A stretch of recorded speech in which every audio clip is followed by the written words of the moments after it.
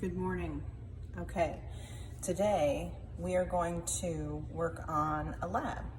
Isn't my favorite that we're doing the lab this way, but this is the next thing for us to do, so this is the way we're going to do it. You are getting a slideshow that looks like that, and we're going to fill in the data table, and we're going to start with the iron column, okay? And we'll fill in color, shape, size, particle, if it has an effect with the magnet or the mass, and the mass. We'll fill in this whole data table as we go. So, coming over here to the scale, turning it on, and it's zeroed out. I took the mass of the papers before I started it, and they were 2.7 grams. And so then I added a gram of iron to that. So fill in your data table. I hope that that's showing up okay. Can you see that? Okay, so now we're going to fill in the data table, the color, the size, the shape. So it's pretty small, pretty jaggedy, round, square, if it has an effect with a magnet.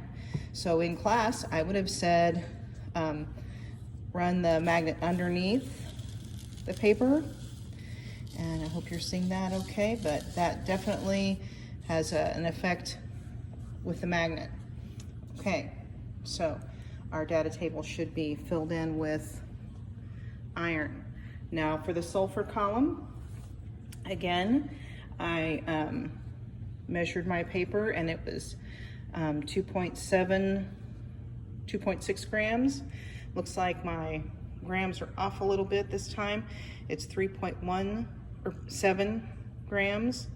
So the grams for the sulfur is 1.1 grams.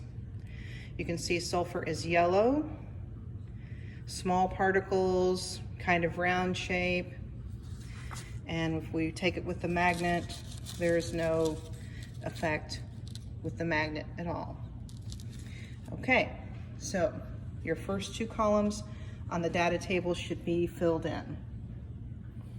Okay, now the next step is to mix both of the elements together in a mixture on a piece of paper. We mix them up together and we fill in the data table again. So the color is going to be black and yellow, kind of the same. I'll mix this up a little bit better when I have two hands free. And then we're going to see if it's magnetic. And you're going to say that the iron particles are magnetic. So the first three columns of your lab sheet, your table should be filled in.